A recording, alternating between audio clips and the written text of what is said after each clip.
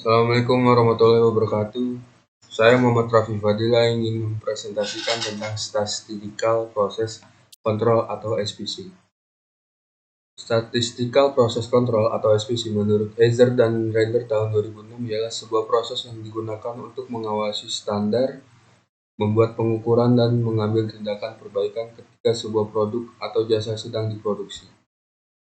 Berhubungan dengan inspeksi atau pengecekan pada sampel acak yang merupakan output dari sebuah proses dan menentukan apakah produk dari produksi sesuai dengan karakteristik yang sesuai dengan rank yang diberikan. Di sini ada sistem pengendalian proses menurut pandangan tradisional. Hanya berfokus pada aktivitas inspeksi untuk mencegah lolosnya produk cacat ke tangan pelanggan atau strategi of detection.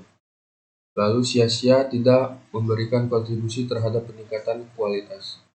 Di sini ada sistem pengendalian proses melalui pandangan modern. Melalui pandangan modern, lebih berorientasi pada strategi pencegahan kerusakan atau produk cacat dengan melakukan aktivitas secara baik dan benar pada waktu pertama kali memulai aktivitas tersebut. Lalu ada strategi of prevention. Di sini ada sistem pengendalian proses sebagai implementasi strategi pencegahan atau strategi of prevention. Sistem pengendalian proses sebagai implementasi strategi pencegahan strategi of prevention. Di sini ada 4. Yang pertama ialah proses. Melalui proses, input bekerja sama untuk menghasilkan output berkualitas dan diserahkan ke pelanggan sesuai ekspektasi. Kedua, informasi tentang performansi. Seringnya dapat diperoleh melalui mengkaji output dari proses itu. Lalu pihak manajemen industri perlu menentukan nilai-nilai target atau target values untuk karakteristik proses dan memantau performansi aktual proses terhadap nilai-nilai target yang telah ditetapkan. Dari informasi dapat dilakukan perbaikan-perbaikan. Ketiga, tindakan pada proses. Untuk mencegah karakteristik penting dari proses output yang bervariasi terlalu jauh dari target. Untuk mempertahankan kestabilan dan variasi pada batas-batas yang dapat diterima agar ekonomis. Misal, perubahan dalam operasional seperti pelatihan, perubahan kedatangan, material, dan lain-lain, atau elemen proses itu sendiri. Tingkatkan komunikasi, mengubah desain proses secara keseluruhan, dan lain-lain. Keempat, tindakan pada output. Tidak hanya mendeteksi dan memperbaiki produk yang berada di luar spesifikasi, juga menganalisa. Lalu tindakan korektif pada proses untuk mencegah proses menghasilkan output yang tidak konsisten dalam memenuhi spesifikasi kebutuhan pelanggan. Lalu menguji proses, spesifikasi produk sesuai pelanggan. Variasi dalam SPC, ketidakseragaman dalam sistem produksi atau operasional sehingga menimbulkan perbedaan dalam kualitas pada produk atau barang dan jasa yang dihasilkan. Terdapat 2 sumber atau penyebab timbulnya variasi. Yang pertama, variasi penyebab khusus. Yang kedua, variasi penyebab umum. Variasi penyebab khusus ialah kejadian-kejadian di luar sistem yang mempengaruhi variasi dalam sistem. Tidak selalu aktif dalam proses tetapi memiliki pengaruh yang lebih kuat pada proses. Pada control charts, jenis variasi ini sering ditandai titik pengamatan di luar batas pengendalian.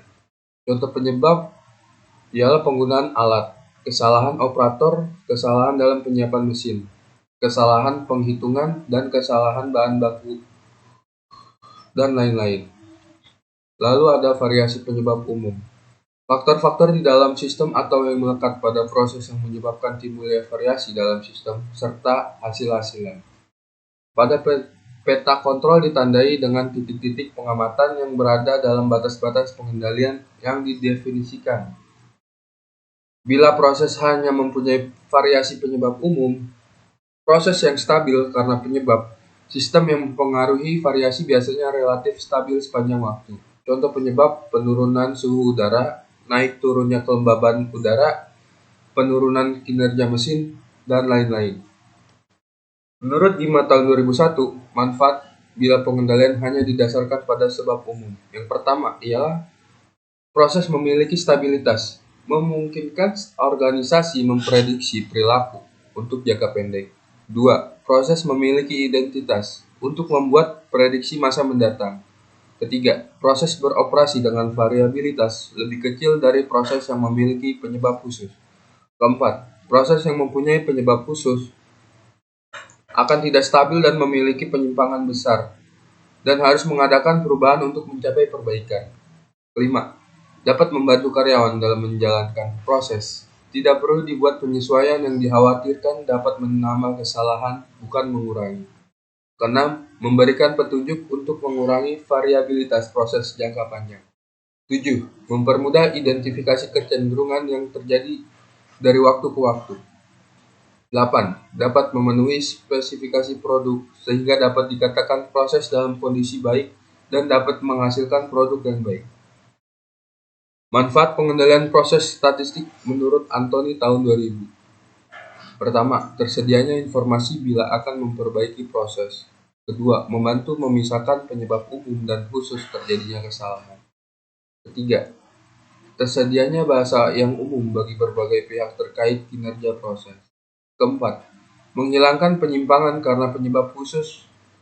Kelima, pemahaman yang lebih baik tentang proses. 6. Pengurangan waktu. 7.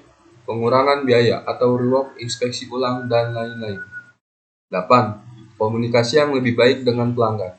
9. Lebih berorientasi pada data statistik dibanding asumsi. 10. Perbaikan proses. Kualitas dan produktivitas meningkat. Biaya lebih rendah. Lalu di sini ada keberhasilan SPC dipengaruhi. Menurut Beard Ondel tahun 1994, sistem pengukuran, sistem pelatihan yang tepat, dan komitmen manajemen. Alasan sulitnya pengenalan dan penerapan SPC menurut Anthony tahun 2000. 1. Tidak diikuti dengan dukungan dan komitmen manajemen. 2. Tidak ada pendidikan dan pelatihan tentang alat dan teknik pengendalian kualitas. 3. Sistem pengukuran kurang baik. 4. Kurangnya pengetahuan terhadap apa yang dimonitor dan diukur. 5. Kurangnya komunikasi. Selesai. Terima kasih.